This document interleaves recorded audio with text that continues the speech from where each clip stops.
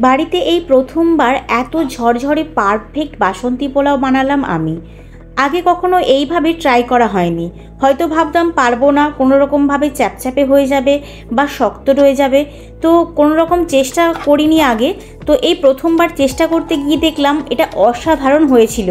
তো ভাবলাম তোমাদের সঙ্গে এটা আমি শেয়ার করে নিই। তোমরা যারা বাসন্তী পোলাও বানাতে পারো না তাদের ভয় পাওয়ার কোনো প্রয়োজন নেই, অবশ্যই বানাতে পারবে এইভাবে যদি ট্রাই করো। আমি প্রথমেই 2 বাটি মতো চাল নিয়ে নিচ্ছি একটা বোলের মধ্যে। অবশ্যই চালটা বাসন্তী পোলাও বানানোর জন্য গোবিন্দভোগ চাল হওয়া প্রয়োজন। তোমরা যারা বাসমতি চাল দিয়ে বানাতে চাইছো তাদের কিন্তু আমার এই মাপটা ব্যবহার করলে হয়তো হবে না। তো আমি প্রথমেই চালটাকে ভালো করে ধুয়ে নিচ্ছি। চালটাকে ধীরে সুস্থে ধুতে হবে, আস্তে আস্তে ঘুরিয়ে ঘুরিয়ে। যতক্ষণ না চাল থেকে সমস্ত সাদা ঘোলাটে জলটা বেরিয়ে যাচ্ছে ততক্ষণ পর্যন্ত কিন্তু এটাকে ভালো করে হাতের সাহায্যে ধুয়ে নিতে হবে।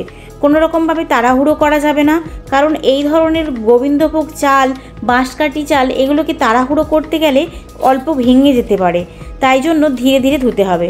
তারপরে একটা পাত্র নিয়ে নিয়েছি, ওই পাত্রের মধ্যে ধুয়ে নেওয়া চালটা আমি ধীরে ধীরে এইভাবে বিছিয়ে দিচ্ছি। তাতে কি হবে, চালটা একদম ঝরঝরে হয়ে শুকনো হয়ে যাবে বেশ কিছুক্ষণ পরেই।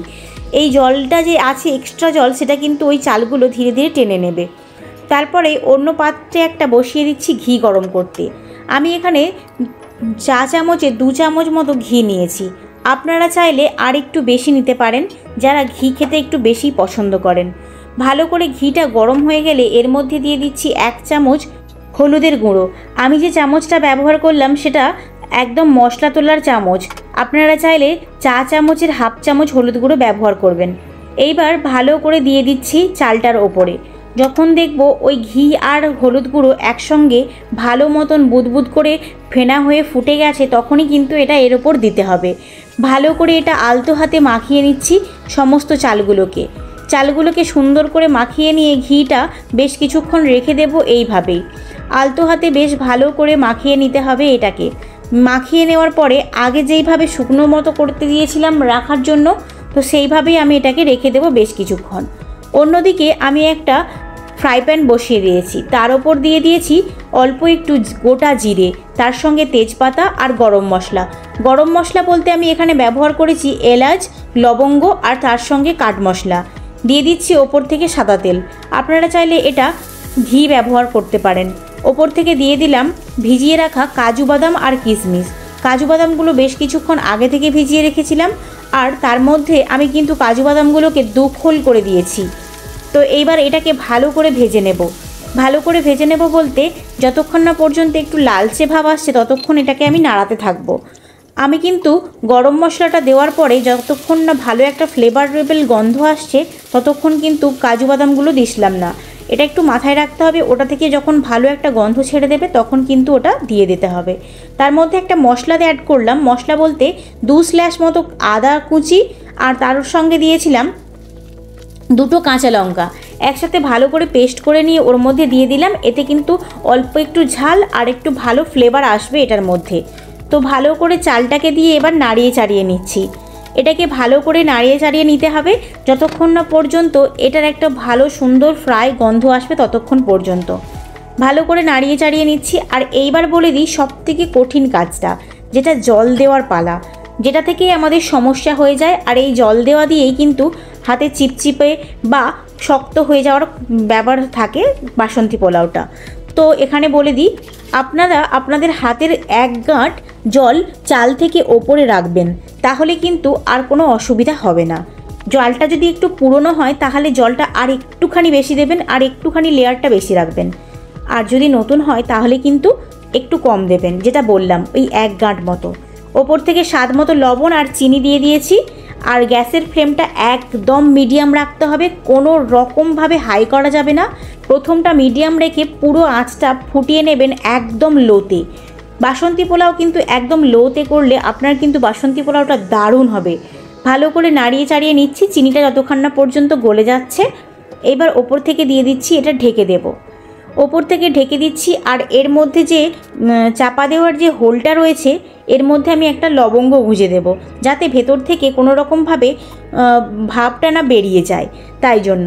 তো এইভাবেই রেখেছি। দেখুন 15 মিনিট পর্যন্ত এইভাবে রেখেছিলাম, তারপরে জলটা এইভাবে শুকিয়ে গেছে। একবার নাড়িয়ে চাড়িয়ে নিচ্ছি, দিয়ে আবার একই রকমভাবে ওটা চাপা দিয়ে দেব।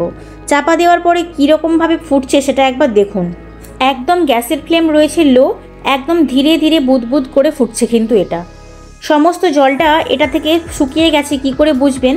যখন দেখবেন আর কোনো রকমভাবে বুদবুদ করে উঠছে না চালের ওপরে, তখন বুঝবেন আর এর মধ্যে জল নেই।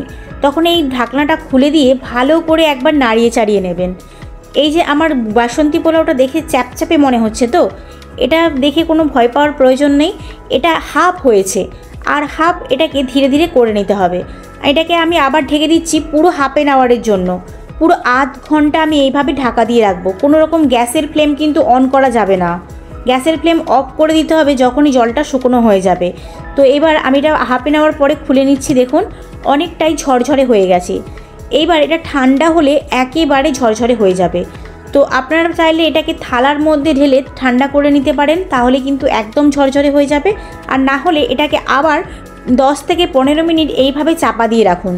ব্যাস, তাহলেই এটা একদম ঠান্ডা হয়ে গিয়ে ঝরঝরে হয়ে যাবে, আর কোনো রকমভাবে শক্তও হবে না। কতটা পরিমাণ ঝরঝরে হয়েছে আমার বাসন্তী পোলাওটা আপনারা একবার দেখুন, আমি আপনাদেরকে দেখাচ্ছি। এই দেখুন, একদম একটার গায়ে একটা লাগছে না, কিন্তু একদম পারফেক্ট বাসন্তী পোলাও হয়েছিল আমার ওই দিন। ভিডিওটি কেমন লাগলো অবশ্যই কমেন্ট করে জানাবেন। ভালো লেগে থাকলে একটা লাইক করে পাশে রয়ে যাবেন। যদি আপনি আমার চ্যানেলে নতুন হয়ে থাকেন, চ্যানেলটা সাবস্ক্রাইব করতে ভুলবেন না কিন্তু। যারা আমার নতুন বন্ধু হয়ে এসেছো তাদেরকে জানাই অনেক অনেক স্বাগতম, আর যারা পুরনো রয়েছো তাদেরকে তো আন্তরিকতার কোনো সীমাই নেই। চলে যাচ্ছি আজকের মতো, দেখা হচ্ছে পরের অন্য কোনো একটা রেসিপিতে। নিয়ে চলে আসবো দুর্দান্ত স্বাদের আবার অন্য একটা রেসিপি। তো আমার এই বাসন্তী পোলাওটা তো একদম রেডি হয়ে গেছে। এটা মাটন বা চিকেন বা পনির, যে যার সাথেই খাবে তাতেই কিন্তু পারফেক্ট হবে। তবে আমার মনে হয় এটা একটু ভেজের সাথে ট্রাই করাটাই বেটার, যেহেতু গোবিন্দভোগ চালের একটা পারফেক্ট গন্ধ উঠছিল, কি বলবো। তার সাথে রয়েছিল হান্ডি চিকেন। হান্ডি চিকেনের সঙ্গে আজকের গোবিন্দভোগ চালের যে বাসন্তী পোলাওটা আমি বানিয়েছিলাম সেটা কিন্তু আমরা উপভোগ করেছিলাম। দেখো সব কিছু রেডি করে নিয়ে আমরা কিন্তু এবার বসে যাচ্ছি খাওয়ার জন্য। ভিডিওটি কেমন লাগলো অবশ্যই কমেন্ট করে জানাবেন। ভালো লেগে থাকলে একটা লাইক করে দেবেন। চলে যাচ্ছি আজকের মতো, টাটা।